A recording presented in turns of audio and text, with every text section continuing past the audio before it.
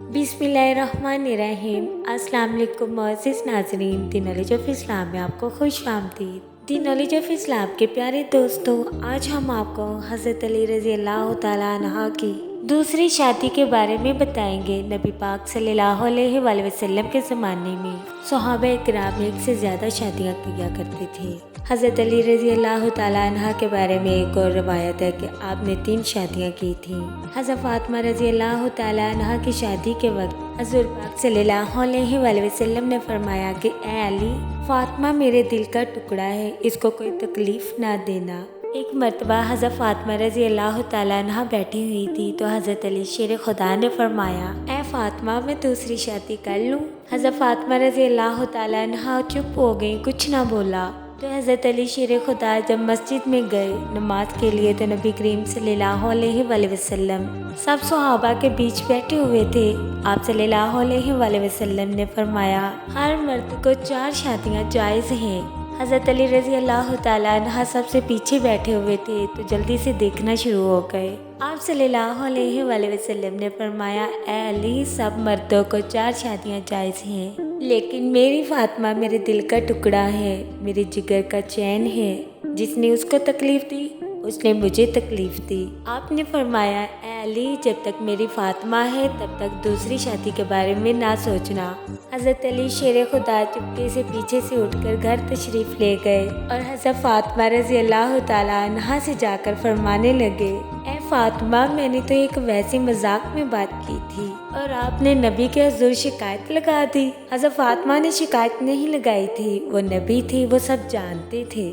हज़रत अली रज़ी अल्लाह तआला अन्हा ने कहा, है फ़ातिमा, आपके होते हुए मैं किसी और के बारे में सोच भी नहीं सकता। हज़रत अली रज़ी अल्लाह तआला अन्हा ने हज़रत फ़ातिमा रज़ी अल्लाह तआला अन्हा की ज़िंदगी में कभी दूसरी शादी के बारे में सोचा भी नहीं। जब तक हज़रत फ़ातिमा जिंदा रही आप उनकी खिदमत करते रहे। हज़रत फ़ातिमा रज़ी अल्लाह तआला अन्हा की वफ़ात के बाद आपको इमाम हसन और हुसैन की परवरिश के लिए एक औरत की ज़रूरत थी, इसलिए हज़रत अली रज़ी अल्लाह तआला अन्हा ने दूसरी शादी के लिए रिश्ते की तलाश शुरू कर दी। खुदा की कुदरत देखे और खुदा के फैसले देखे, जिस लड़की से आपकी शादी हुई उनका नाम भी फ़ातिमा था और बाद में उम्मुल बनीन के नाम से मशहूर हुई। उनके बतन से हज़रत अली के 4 बेटे पैदा हुए। उनको बेटों की माँ भी कहा जाता है। ये नेक सीरत औरत थी।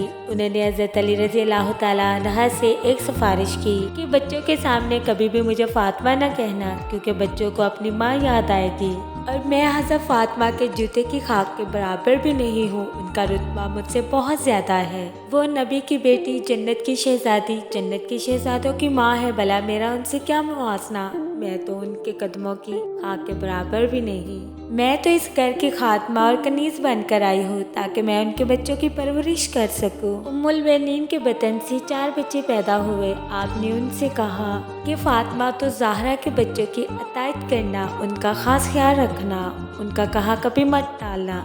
उनकी जान तुम्हारी जान से ज़्यादा कीमती है, उनका ख़ास ख्याल रखना, क्योंकि हम अहले बैत के गुलाम हैं, उनके खिदमतगार हैं। इसलिए ये चारों बेटे हसन और हुसैन को बहुत इज्जत देते। उनमें से जो छोटे बेटे अब्बास बिन अली थे वो महसूस करते थे कि वालिद मुहतरम हसन और हुसैन से बहुत ज़्यादा प्यार करते हैं, इसलिए वो चारों अपने वालिद की आंखों की ठंडक का बहुत ख्याल रखते थे और इमाम हसन और हुसैन से बहुत प्यार करते थे।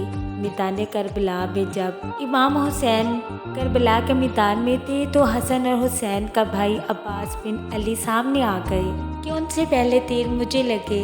सब ने कहा, आप छोटे हैं, आप साइड पे हो जाए, इमाम हुसैन है ना। तो हज़रत अब्बास रज़ी अल्लाह तआला अन्हा ने जवाब दिया कि हसन और हुसैन मेरे बाबा की आंखों की ठंडक है और हम अपने वालिद के 2 बाजू हैं, गोया बाजू आंखों की हिफाजत करते हैं।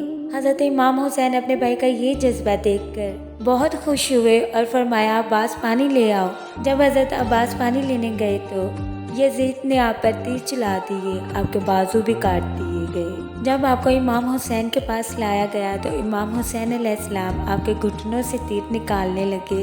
तो हज़रत अब्बास रज़ी अल्लाह तआला अन्हा ने कहा कि मेरे भाई, मेरी माँ को ये पैगाम पहुँचा देना कि हमने आपका कहा कभी भी नहीं टाला और हमेशा अपने भाई हसन और हुसैन को कोई भी तकलीफ़ नहीं आने दी।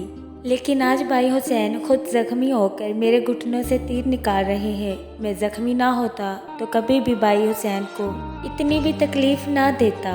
ام البنین کے دوسرے تینوں بیٹوں نے بھی میدان کربلا میں جان نثار کر دی اور اپنی ماں کی تربیت پر کوئی بھی آنچ نہیں آنے دی۔ جب کربلا میں جنگ ختم ہوئی اور سب شہید ہو گئے تو اہل بیت کے مقام کو سمجھنے والی، خود کو اہل بیت کی غلام سمجھنے والی ام البنین کو خبر پہنچائی کہ تمہارا بیٹا عباس شہید ہو گیا، اور پھر بتایا جعفر شہید ہو گیا، عبداللہ اور عثمان بھی شہید ہو گئے۔ ام البنین نے چیخ کر کہا، مجھے یہ بتاؤ میرے یہ بیٹے میرے حسین سے پہلے شہید ہوئے یا بعد میں شہید ہوئے؟